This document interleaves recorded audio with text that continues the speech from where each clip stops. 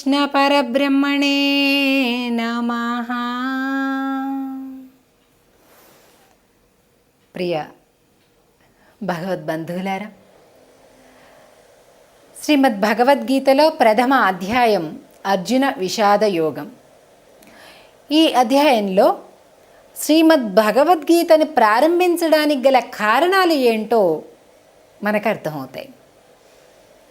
అర్జునుడు ప్రధాన స్థితిలో ఉండి మొత్తం పాండవ సేనంతటినీ కూడా ఉత్సాహపరుస్తూ ఇక సమర యుద్ధ ఉత్సాహంతో ముందుకు కదులుతూ ఉన్నాడు అర్జునుడు ఒకవైపు.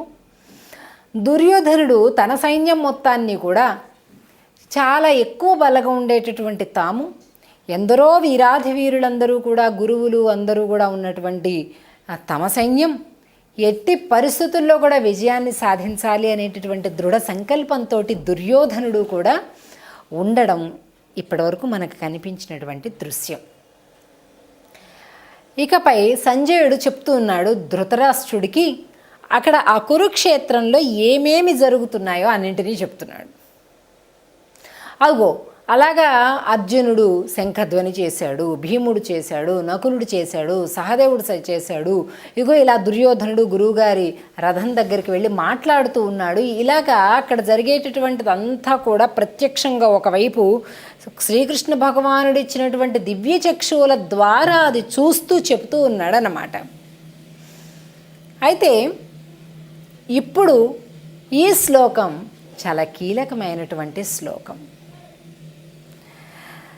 అర్జున ఉవాచ 21వ శ్లోకం అండి. అర్జున ఉవాచ, అర్జునుడు మాట్లాడుతూ ఉన్నాడు, పలుకుతున్నాడు. ఏమని? ఎవరితోటి? శ్రీకృష్ణుడితోటి మాట్లాడుతున్నాడు. ఏమని మాట్లాడుతున్నాడు? సేనయోరుభయోర్మధ్యే రథం స్థాపయం అచ్యుత అనేటటువంటిది. సేనయోహో ఉభయోహో మధ్యే, ఇరు సేనల యొక్క మధ్యలోకి తీసుకువెళ్ళి రథాన్ని ఆపు అని చెప్తున్నాడు. ఏమండి, ఎంత చేసినా ఆయన భగవంతుడు, ఈయన నరుడు. భగవానుడి యొక్క లీలలన్నింటినీ తెలిసినవాడే. మరి శ్రీకృష్ణుణ్ణి అలా ఆజ్ఞాపించటం ఏంటండి? కొద్దిగా ప్రార్థనగా అడగచ్చు కదా అనిపిస్తుంటుంది మనకి. కానీ అది అక్కడ యుద్ధ రంగంలో అతను రథసారథి భగవానుడు, ఈయన అర్జునుడు యజమాని. కాబట్టి యజమాని అలాగే మాట్లాడాలి, రథసారథి అలాగే వినాలి. ఇది శ్రీకృష్ణుడి యొక్క ఔన్నత్యం అండి. తాను ఎంత గొప్ప పరమాత్మ అయినప్పటికీ అఖిలాండ కోటి బ్రహ్మాండాలన్నింటినీ కూడా సంకల్పమాత్రం చేతనే శాసించగలిగినటువంటి పరమాత్మ అయి ఉండి కూడా కేవలం ఒక రథసారథిగా కూడా తాను ఉండి ఒకరి కింద పనిచేస్తూ ఒకరి ఆజ్ఞలు వినుకుంటూ ముందుకు వెళ్ళేటటువంటి ఒక బాధ్యత తీసుకున్నాడు. అంటే శ్రీకృష్ణ భగవానుడి యొక్క సౌలభ్యాన్ని చూడండి. సౌలభ్యానికి పరాకాష్ట శ్రీకృష్ణావతారం. కాబట్టి శ్రీకృష్ణుడిని శాసిస్తూ చెప్తున్నాడనమాట అర్జునుడు.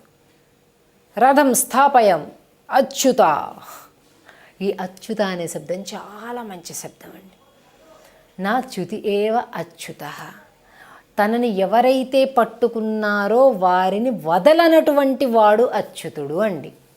మనం ఈనాడు పట్టుకుంటాం, ఆయన్ని ప్రేమిస్తాం, ఆరాధిస్తాం, పూజిస్తాం, అన్నీ బాగానే ఉన్నాయి.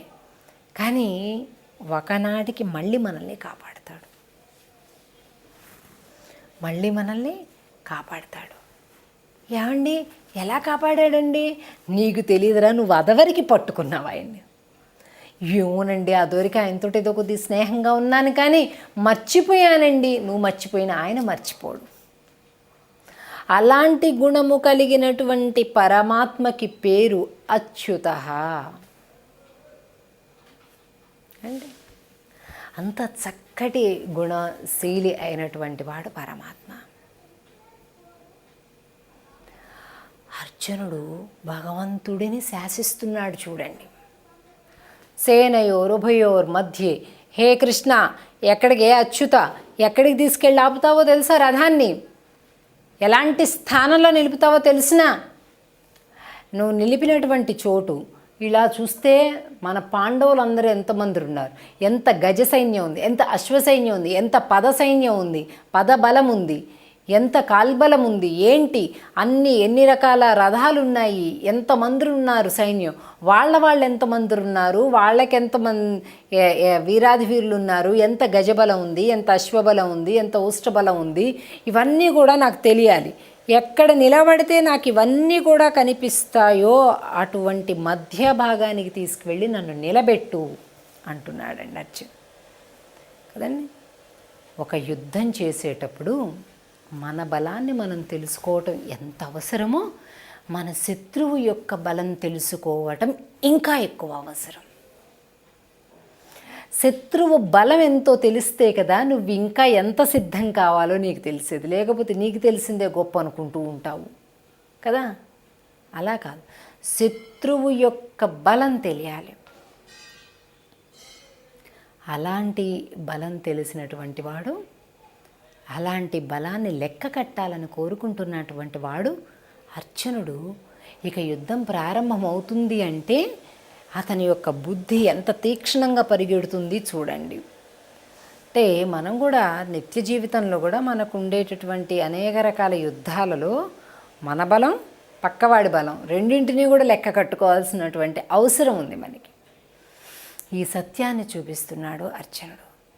సేనయోరుభయోర్మధ్యే రథం స్థాపయం అచ్యుత, హే అచ్యుత నన్ను ఆ స్థలానికి తీసుకువెళ్ళి ఆపు, చూపించు, రథాన్ని అక్కడ నిలబెట్టు అని చెప్పాడు.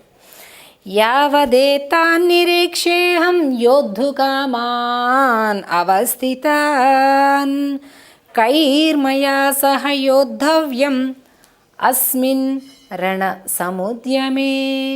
22వ శ్లోకం ఇది. హే అర్జున, హే అచ్యుత, ఈ యుద్ధ ప్రారంభ సమయంలో మయా కైహి సహా నా చేత ఎంతమంది అయితే యోద్ధవ్యం యుద్ధం చేయవలసిన వాళ్ళు ఉన్నారు. అంటే ఒక్కొక్కరి బలం ఒక్కొక్క ప్రకారంగా ఉంటుంది కదండి. కాబట్టి నాతో యుద్ధం చేసే వాళ్ళు ఎదుటి పక్షంలో ఎంతమంది ఉన్నారో, అలాగే ఎంతలో నేను వీళ్ళందరినీ కూడా చూడగలను. మా అన్నగారు ఎవరెవరితో యుద్ధం చేయాల్సి వస్తుందో, నా కాల్బలం ఎంతమంది కాల్బలంతో ఎదురు పడవలసి వస్తుందో, భీముడు ఎవరెవరిని ఎదుర్కోవలసి వస్తుందో నాకు క్షుణ్ణంగా మొత్తం అర్థం అవ్వాలి. యోద్ధుకామాన్ అవస్థితాన్, నేను ఇక్కడ నిలబడ్డదే యుద్ధం చేయడానికి. కాబట్టి వీళ్ళందరినీ కూడా చూసి నేను ఇక నా యొక్క బుద్ధికి పదును పెడతాను, నా యుద్ధాన్ని కూడా ప్రారంభిస్తాను అని అర్జునుడు భావన చెంది శ్రీకృష్ణుడితోటి ఈ మాటలు మాట్లాడుతూ ఉన్నాడు. కృష్ణ రథం స్థాపయ. పార్థసారథి పెరుమాళ్ళని చెన్నై సమీపంలో తిరువల్లిక్కేణి అనేటటువంటిది ఒక ఆళ్వార్లు పాడినటువంటి దివ్యదేశం, శ్రీవైష్ణవ దివ్యదేశం. 108 దివ్యదేశాలలో అది కూడా ఒకటి. అక్కడ శ్రీకృష్ణ భగవానుడు పార్థసారథి పెరుమాళ్ళుగా కీర్తింపబడుతూ ఉన్నారు. అంటే ఎక్కడైనా కూడా ఆయన చెప్పినట్టు మనం వినాలి, అంతే కదండి. భగవంతుడి ఆజ్ఞ ప్రకారం మనం నడుచుకోవాలి. కానీ ఒక్క పార్థసారథి, పార్థుడు అంటే అర్జునుడు, అర్జునుడికి సారథి అంటే ఆయనకి డ్రైవర్ అన్నమాట. కాబట్టి అర్జునుడు అంటే నరుడు, నరుడు చెప్పిన మాట నారాయణుడు వింటాడు ఆ క్షేత్రం. కాబట్టి ఆ క్షేత్రంలో ఎవరైతే దర్శనం చేసుకొని వస్తారో స్వామివారిని, పార్థసారథి పెరుమాళ్ళని, వారు చెప్పినట్టుగా భగవంతుడు మాట వింటాడు అని మన పెద్దలు సెలవిస్తుంటారు. కాబట్టి అంత సౌలభ్యుడు అయినటువంటి శ్రీకృష్ణ పరమాత్మని మనం ప్రార్థిద్దాం. ఈ భగవద్గీత ప్రారంభమయ్యేటటువంటి ఈ భావన, ఉద్దేశం, సందర్భం ఏమై ఉంటుందో గమనిద్దాం. సర్వం శ్రీకృష్ణార్పణమస్తు. ఓం శ్రీకృష్ణ పరబ్రహ్మణే నమః.